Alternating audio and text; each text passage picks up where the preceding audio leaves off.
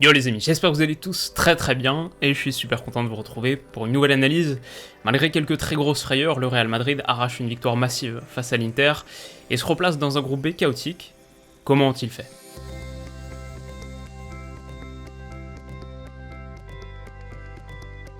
Alors on va commencer à décortiquer cette rencontre au prisme d'une question simple. Qui a dominé le match? Alors derrière, je crois que les autres questions c'est qui a vu son approche tactique récompensée, c'est-à-dire qui a influencé majoritairement les événements grâce à son plan de jeu et qui les a subis à cause de son plan de jeu.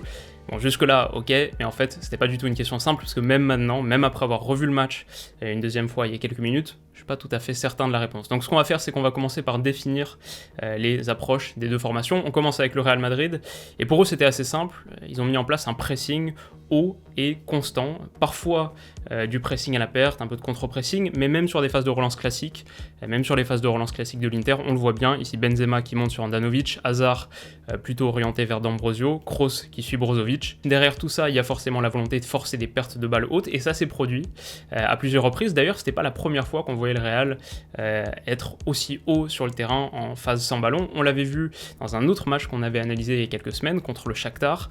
Ça s'en rapprochait dans le placement, mais le placement c'est qu'une partie de l'équation, et hier on a assisté à beaucoup plus de volonté, de course. Le Real a pas seulement pressé, le Real a bien pressé. Si on revient sur l'action de tout à l'heure, Handanovic est obligé d'allonger, le jeu aérien de Lautaro Martinez est moins fiable que celui de Lukaku qui était absent sur ce match, on va y revenir, et le Real récupère la possession. Autre exemple ici, encore une situation pas évidente à négocier pour les défenseurs de l'Inter qui sont obligés d'avoir recours au décrochage de Vidal qui doit tenter d'allonger en étant dos au jeu, au bord de sa surface. À nouveau, Lautaro Martinez n'est pas Lukaku, n'arrive pas à sortir l'Inter de cette situation.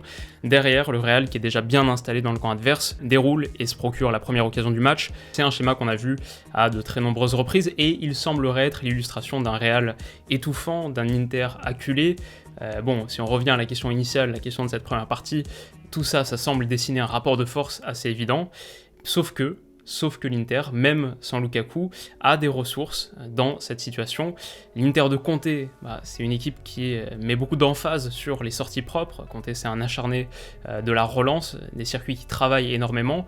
Ça s'est vu, et l'Inter, à bien des égards, a su profiter de ce pressing haut. Ici, par exemple, orientation quasi en individuel du Real, et même quand Bastoni écarte sur Young, Lucas Vazquez, le latéral droit du Real, est là. Quand on pense à un latéral qui défend sur un latéral, on s'imagine plutôt la scène dans l'autre moitié du terrain, mais Vazquez est là.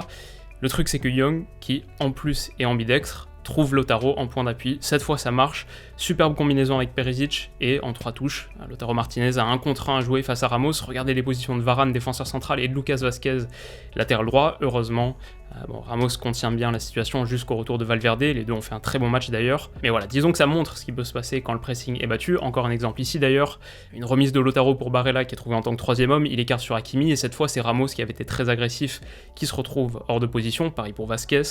La passe d'Hakimi sera trop longue, lui est plutôt passé au travers de son match d'ailleurs, ça donnera cette situation un peu confuse dont vous vous souvenez peut-être. Et quand on revient sur cet angle, on lit bien le danger auquel s'exposait le Real via ce pressing haut. Donc voilà, pour le Real, une approche relativement risquée, mais qui a porté ses fruits, on l'a vu notamment sur le premier but. Pour autant, est-ce qu'ils ont véritablement dominé? Est-ce que l'Inter a subi ce rapport de force? C'est pas certain, parce qu'une équipe comme l'Inter, qui est, en tout cas théoriquement, sur le papier, assez sûre de ses forces, niveau relance, niveau construction depuis l'arrière, niveau qualité pour battre la pression, une équipe comme l'Inter me semble assez confortable dans cette opposition. Cette physionomie lui convient, limite, c'est une physionomie qu'elle va rechercher. Donc on a un copier-coller d'une action précédente ici, avec encore cette transmission Bastoni-Young, et Young qui rend caduque le pressing de Vazquez via un jeu renversé pour Lautaro. Bon, il prend un peu de temps à se mettre dans le sens du jeu, mais le potentiel de ce genre de situation est clair, et si vous en êtes pas convaincu, jetez un coup d'œil à Conte en bas de l'écran, il sait que bien négocier ce pressing adverse peut être exactement ce qu'ils veulent. Donc voilà, je pense en gros qu'on a bien défini la texture tactique de cette opposition. Elle a été assez constante aussi, en tout cas au niveau des intentions. Après, ça a varié un petit peu, le rendu, la performance a varié en fonction du niveau physique sur certaines périodes. Mais au niveau des intentions, c'était assez constant. Les deux équipes ont cherché à faire quasiment la même chose sur toute la partie. Mais donc une fois qu'on a dit ça, on n'a presque rien dit. Qu'est-ce qui fait que ça a tourné? Pourquoi est-ce que le Real l'a emporté si c'était aussi équilibré entre guillemets dans le rapport de force? De mon point de vue, mon intuition c'est que quand deux équipes ont deux plans de jeu qu'elles souhaitent, qu'elles maîtrisent théoriquement sur le papier, et qu'elles ont les armes pour l'exécuter. Ça va surtout dépendre des performances individuelles. Et alors hier, Ferland Mendy dans son couloir était assez nettement supérieur à Hakimi, que ce soit dans leurs performances individuelles, chacun ce qu'ils ont produit de leur côté, mais même dans leur duel. On peut dire la même chose aussi pour Valverde par rapport à Arturo Vidal. Young, pas si mauvais, mais Lucas Vazquez non plus, sans doute au-dessus encore. Super intéressant sur ce poste de latéral droit, volume et qualité de projection, mais aussi le bagage technique et la vision pour sortir de situations compliquées, j'ai bien aimé. Très bon match de Sergio Ramos aussi, au-delà de son but.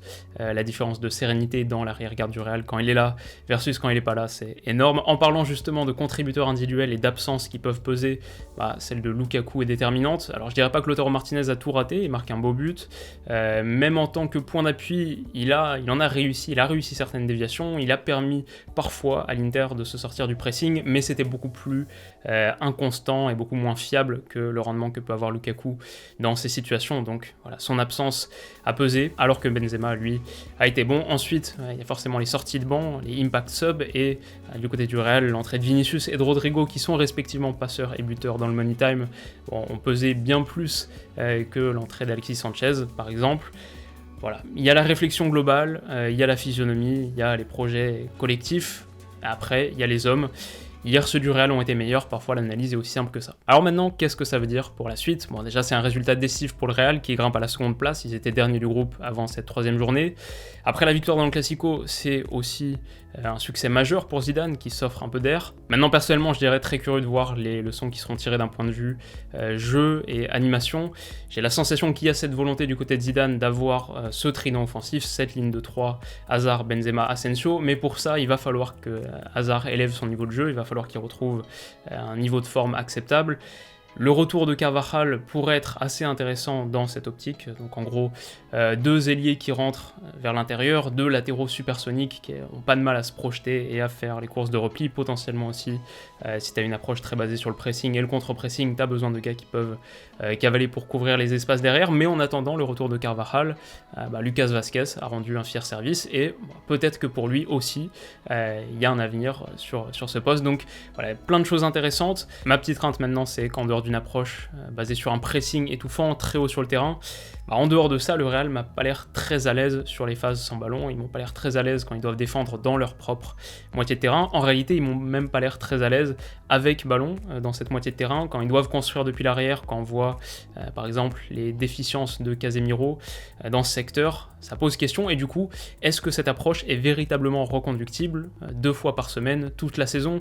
On sait aussi qu'on a avec le Real Madrid un groupe et un vestiaire qui peut être un peu borderline au niveau de la motivation, qui a la capacité à se transcender quand il faut, quand ils sont véritablement dos au mur, et je crois que d'ailleurs les 3 rencontres de phase de groupe de Ligue des Champions de cette saison le prouvent bien. Mais voilà, quand ce sera des matchs un petit peu plus routiniers, est-ce qu'ils seront capables d'élever leur niveau d'intensité, de se surpasser et quelque part d'incarner cette approche très intensive sans ballon, moins sûr. Donc voilà, c'est la question pour eux. Et puis pour l'Inter ensuite, un très rapide mot, disons que tout n'est pas jeté non plus. Déjà, il y a un match retour dans quelques semaines à domicile qui peuvent leur permettre de se relancer. Je crois que les espoirs de qualification ne sont pas définitivement enterrés. Si il y a un succès à Giuseppe Meazza, bon, ça peut tourner dans le bon sens aussi. Ils vont retrouver Lukaku, ce qui va être absolument déterminant pour eux. On a vu un Barella super intéressant et particulièrement flamboyant, notamment sur le but du 2-1. Moi, ça m'a fait réagir de manière très très expressive, beaucoup aimé. Et puis, je pense qu'à la relance, ils n'étaient pas inintéressants non plus. Alors pour mes tops, du coup, je vais mettre d'abord Ferland Mendy, que j'ai trouvé très très bon avec et sans ballon. Un latéral gauche avec un super pied droit, c'est génial pour résister à la pression, surtout avec cette mobilité. Et il a bien contenu les montées d'Hakimi. Ensuite, moi, je dirais sûrement Benzema, leader offensif, buteur précieux. Et Sergio Ramos, leader défensif, buteur précieux. Mais on aurait pu citer Valverde d'ailleurs, on aurait sans doute dû le faire. On aurait pu parler de Lucas Vazquez, du coaching de Zidane, et même côté Inter de Perisic, de Barella, voire de Lautaro, même s'il est un peu trop raté à mon goût. Niveau flop, j'ai terminé avec Hakimi, Arturo Vidal et Casemiro. Alors juste avant qu'on se quitte maintenant, un petit mot sur les matchs de ce soir, dans quelques heures à peine, et un petit mot sur mes pronos de lundi. Donc malheureusement pas de miracle pour l'OM contre Porto, mais la victoire du Real Madrid fait qu'on est à 1 sur 2. En attendant les deux matchs de ce soir, donc Chelsea-Rennes, malheureusement là à nouveau je vais rester sur mon prono initial qui est victoire de Chelsea sans encaisser de but.